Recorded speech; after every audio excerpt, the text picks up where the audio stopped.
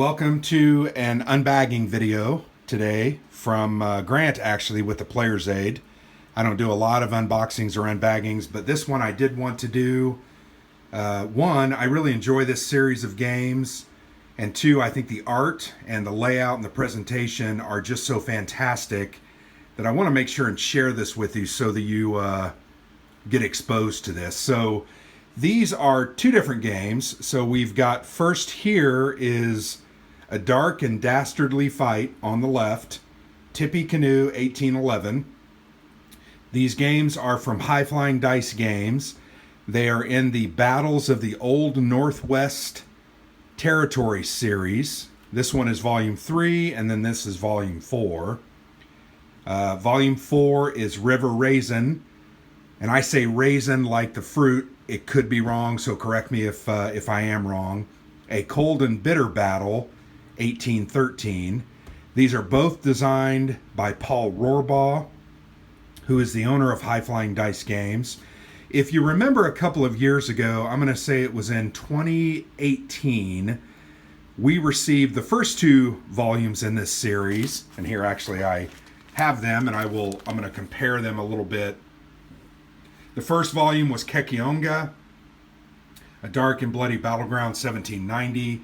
And volume 2 is St. Clair's Folly, Wabash River, 1791.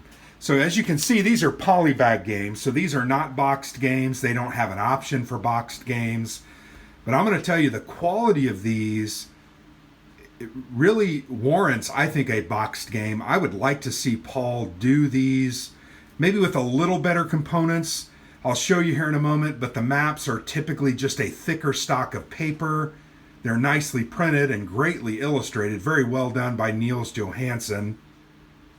But they are a polybag game. These sell for $11.95. You can spend an extra $6, and I'll show you the counters, but the counters, as you can see in the baggies, are mounted on a kind of a gray core cardboard. If you don't spend the extra $6, you get them on a sheet of paper, and you got to do some arts and crafts time, which is fine.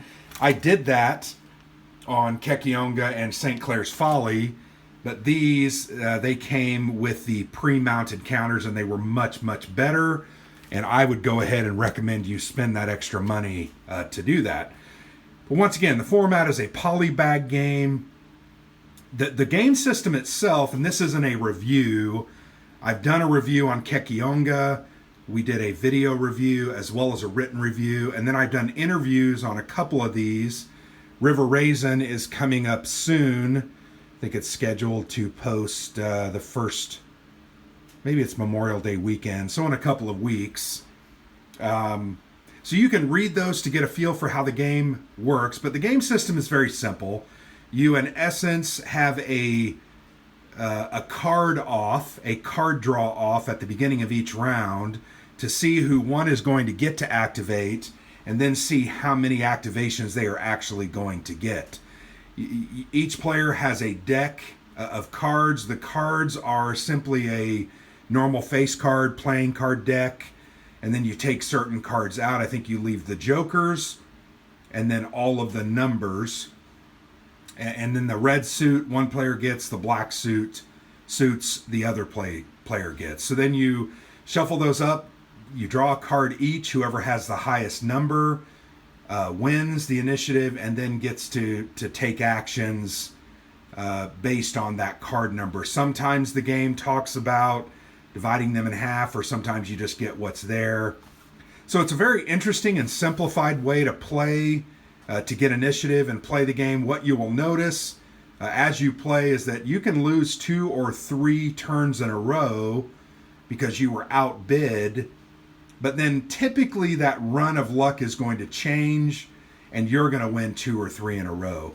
Where it won't work for you, where it changes, is if your opponent played a 10 and you happen to play a 9 a couple of times. So basically they won with their highest card, they take your highest card, they don't take it, but it gets put in the discard pile, and now your next highest card is going to be an 8, and they still have their 9. So it can get a run of 2, 3, or 4 in a row, but typically that pattern changes. And to me, that system really reflects what type of fighting we had here. We had, early American troops, Revolutionary, post-Revolutionary War, up until the War of 1812. These two games are set in that pre-War of 1812, War of 1812 area. But you had, basically white troops that were unfamiliar with the wilderness, unfamiliar with the region of the Old Northwest, rivers and streams and thick and dense forests. And, the natives were running around and they were very familiar. This was our home territory. So to me, it really reflects that difference in the sides and the ability to gain or lose initiative. I think a well done system that really makes for a very playable game. The game victory conditions typically are the number of losses that you inflict. Some of them, like Tippecanoe, you did gain extra victory points for holding certain hexes on the map. But typically it's a fairly simple I go, you go, or not I go, you go. You activate units, they attack, and then the other side activates units if they won the initiative off. So let's go ahead and get into the bag. And once again, I already told you this. These are a polybag game. They're printed on thicker cardboard style paper. But, once again, they're a polybag game. So you got to keep that in mind. You're only paying $11.95. But here's the cover. And I'm going to tell you that art is just fantastic. Very evocative. I love the color usage. I love the tones. And you can actually see here is a comparison of the cover for what in essence was the first volume in the series as compared to a later volume. You can see the style of art is the same, but the color usage and the color palette has changed. And I think that's great. I think it adds some interest and really makes for a nice looking game. So that's the cover. And what you find is they have this kind of pamphlet style rule book. So it's not a typical 8.5, 11, 6-page rule book, but it's a pamphlet style. And you can see it has kind of a description of the game, the history behind the game, and then it dives into the rules, the components, the activations. Here's some examples of how these units can move and fight, or fight and move, assault, etc. Kind of an interesting format and layout. One of the things I think the rules I don't like about it, it doesn't really have an index or a table of contents, so you got to kind of flip through, but you're only talking about 16 total pages in the pamphlet, and they're only half pages, so it's not like there's a lot of dense text. This is a random event table that is used during the game. When a joker is pulled, you're going to roll a 6-sided die, and then these different actions can or cannot happen. You can see with the 4 there's nothing, but with the other numbers there's different events that happen. But the games are fairly simple. You've got your setup here, very clear. The rules are very simple. It deals a lot with morale levels. So when your morale level breaks, those units become disrupted, and then they typically retreat. Native Americans have some special abilities where they can retreat from an assault attack, which once again, very thematic, gives you a feeling for that hit and run guerrilla style warfare. There are different reinforcement rules, and then there's rules for winning the game. Here you can see that this first one, the Tippecanoe, players win the game by earning victory points. You earn victory points by eliminating leaders. You can see as a 2 victory points. So you're going to try to focus on leaders. 1 VP for wounded enemy leaders at the end of the game, so you don't have to just kill them. 2 VP for each eliminated enemy unit. 3 VP if the native player eliminates a U.S. regular infantry. Regulars were worth a little bit more. A VP for reduced units at the end of the game. A VP for failed Harrison assassination attempt. That's a specific rule. And then 3 VP for destroying the U.S. supplies and corral. Then they have some designer notes, and then they always have these optional rules. So when I've talked to Paul about these games, the games are really designed kind of as introductory level war games to kind of get people into the genre and tell a story about the history of the battle. That's kind of his stated focus. So here I want to give you a look at the map. I'll go ahead and throw that down.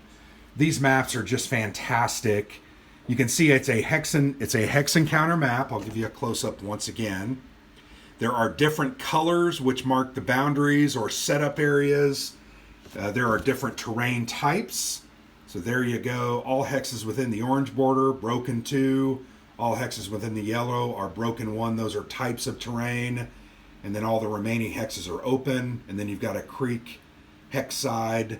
And then there you got a turn record track on the map. But once again, these are designed by Paul Rohrbaugh and illustrated by Niels Johansson. I think he does a fantastic job. One of the things I really like about the map is rather than a typical cardinal direction identifier, they've put the west, south, east, and north. Because during setup, it might say, put these units on the north side of the map, these units on the west side or south side. So you can see that very easily. I think that's very well done. Let's get a look at the counters. These are just the condition counters. There's a low ammo result. I believe that happens if you roll a 6 in a combat. You will get a low ammo counter, which gives you a -1 dice roll modifier. You got disrupted. I think those are the... And then routed. On the other side, you can see the R. You got a turn marker. And then you have a Native American surprise marker there. You can see kind of... I'm not going to pull out those administrative markers, but you can see the counters are pretty cool. These are unclipped. I've not clipped them yet, but I will get around to doing that. I do want to show you the Native American counters. I'm going to go ahead and pull a couple of those out because, man, they are fantastic. So there's a victory point. So I'm just going to show you a close-up of this one. So this is a Brave. Potawatomi, P-O-T-A, is an abbreviation for the Potawatomi tribe. So this is simply one of those tribes that is represented in the battle. They also have that's a reduced side. This side is their unbroken, and there's a Kickapoo. So you can see there's several different tribes represented. Potawatomi again. I think that's the one I actually dropped. But yeah, you can see these are just beautiful counters. I love the illustration, the color differences, the representation of each one of the tribes. And then you've got unit leaders. You got leader units, I'm sorry. They have an effect on rally and will assist your troops in rallying more easily. They can be killed or captured. You can see Roundhead. This is one of the Indian chiefs historically that was in this battle. But you can see there's about a dozen Native American counters, so not a ton. But man, they're really nice looking. And then you've got let's go to the U.S. player. And these are made up of a combination of regulars and militia. For instance, here's a Kentucky militia unit. So you can see this is a Kentucky militia unit. And then here's an Indiana militia unit. They do have a reduced side and a full strength side. Got a VP marker, destroyed marker. I think that's for the supply train that you're trying to destroy. And then these are, whoops, I just dropped one. I'll have to pick that up. And then these are regulars. So you can see the regulars are more powerful. They have a 4 combat value. And there you can see there's their reduced side. They also have leaders. Here's an example of the leader. Nope, that's a rifle company. Where's the leader counter? Well, there he is, Miller. There's one of the leaders. You can see the leader, fairly simple, but they also, once again, they have the ability to rally units as they are disorganized or disrupted. So very simple counters, but I think very evocative, and I really like them. In fact, when they're on the board, and if you want to see some pictures of the combats in action and some of the different elements, I did a review on the written blog on Kekionga. It's called State of the Safety of the Cornrows, and it really looks at the different elements of the rules and the fighting. Very cool game. I really like it. So that is, once again, that's Tippecanoe, a dark and dastardly fight. Volume 3 in the Battles of the Old Northwest series. So I'm going to go ahead and show you. We're kind of doing a dual unboxing or unbagging. And really these are about the same. They do have some different colors and different counters. Even sometimes different units represented. So here's a look at that kind of the cover. Once again, it's a polybag game.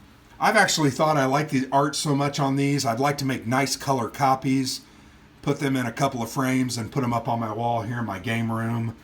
I like them that much. But this game is River Raisin, A Cold and Bitter Battle 1813. I've actually got an interview, as I said earlier, on this posting on the written blog. I think it's on May the 25th, so check that out. These games are actually not released yet, but you can get them by emailing Paul Rohrbaugh, and he'll go ahead and send those out to you. I noticed that David Thompson ordered some of those. David Thompson designed Pavlov's House, Castle Itter, War Chest, Undaunted Normandy, Europe Divided, etc. David's one of our friends. He ordered those over the weekend. I know Brooklyn Wargaming. I follow him on Twitter. He had played them before, but he had seen my review again and decided to go ahead and get his own copy. So he has that. Let's go ahead and look at the map for the River Raisin. It's a little different. You can see a completely different color choice. Different elements shown here. There are some buildings. There is a road that runs here, and then you've got a creek or the River Raisin. They've got the right and the left, and then they show you on the map. Let me show you here, these right and the left, and then you can see that says Brit. So that is where those units are going to start. I believe they start on these hexes here that have the different colored circles put in the middle of those. And then here they show the normal style of direction compass or cardinal direction finder. Whereas on the previous map I showed you they'd kind of done west, north, east, and south on the map itself. Here you can look up at the top of the map. You got the turn record track, and then it shows some of the, let me get my other hand in there to stabilize that. It shows the different, you got a palisade. I was trying to see, there are none of those on the other map. But you do have a palisade, you have a river hex, a river terrain feature, a hollow. You have open, which is a majority of the map. Woods, buildings, and then the road is identified. That's a road. This is the river. I'm trying to find where those palisades are. They're kind of dotted lines. Here's the palisades, kind of protecting that settlement or settled area. You know, and one of the other details, look at the map. You can see the little shrubs here that are shown with some shadow effect. I just think that's a really nice touch. You can even see, I mean, these look like footprints that have kind of traced through the snow, connecting the settlements. I think that's a really nice added touch. Just very cool. There's kind of a close-up of that building. So once again, the artist is Niels Johansson. I think he does a really fantastic job and creates a very, very cool-looking palette that really adds some variety and a lot of texture, I think, to playing this game. Here's once again that pamphlet style rule book. This one also has 16 pages. In essence, the rules are about the same. They have minor differences. They have some different setups. They have some different variants. So for instance, British First Nations setup. So this battle, once again, the River Raisin is an War of 1812 battle where the British and the natives are fighting the U.S.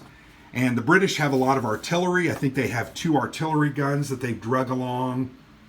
And then here it sets the British and First Nations setup. It shows you where and how many of those units to place. These games don't have any stacking, except leaders can stack on top of units.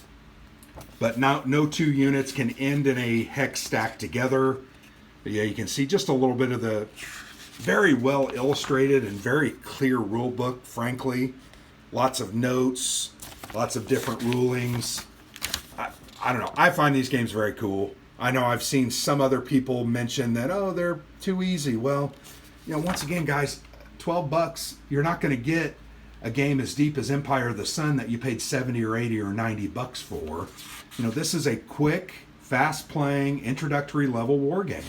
I think it's mainly intended to teach you about history and also have a little bit of an interesting evening with a family or friend. And I don't know. I think these games are great. So that's a look at that rule book. I'll throw that down. Let's go to the counters.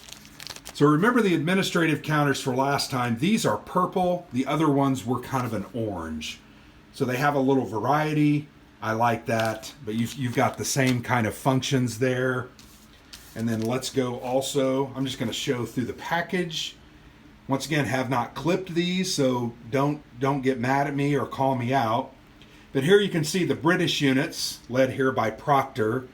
These are the different British soldiers that are there, the 41st. And then I don't know what RNFF stands for.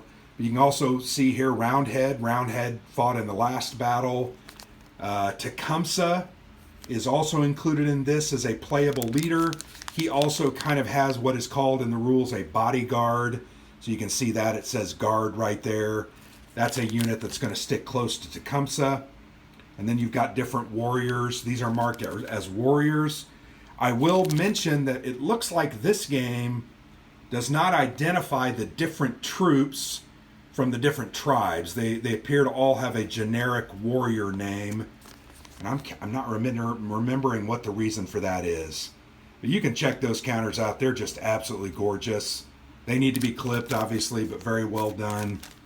So there's a look at that. And then you have the American, the U.S. player. You have regulars. You have Kentucky militia again. Got a morale marker there that you can see, which identifies your morale on the turn record track. And then there's a leader. I think it says Madison, sorry. But yeah, those are a look at the counters. Just fantastic. These games are very cool. I think very interesting. And, if you haven't ever tried a high-flying dice game, I think you need to give them a shot. They've got a lot of really great games. We've played several.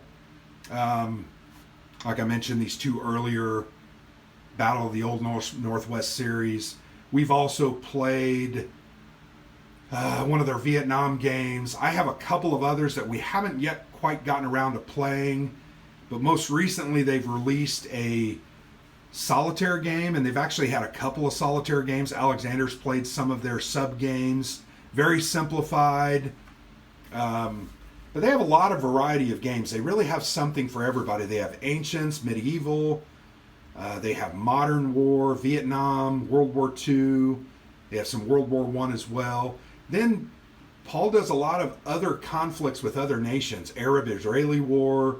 I know he has a full-blown boxed game that covers the Iran-Iraq war. It's a card-driven game designed by Pierre Rizzo, I think, from France, and he typically designs games for Nuts Publishing.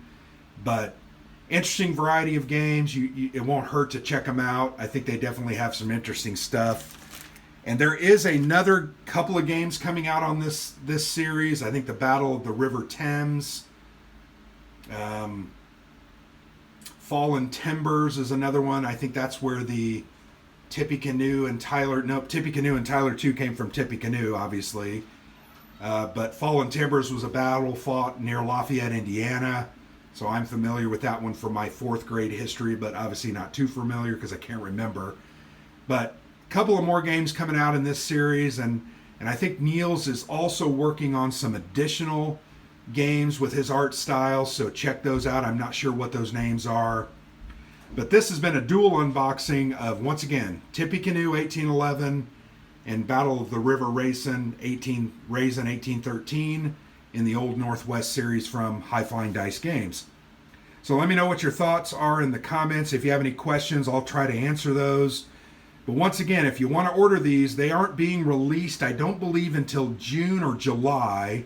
So you won't be able to go on their website and find them. You will have to email Paul Rohrbaugh, who is the designer and the owner of High Flying Dice Games. If you email him directly, he will get those for you, and you can order those. So check them out. Let me know what your thoughts are, and I appreciate you watching the video.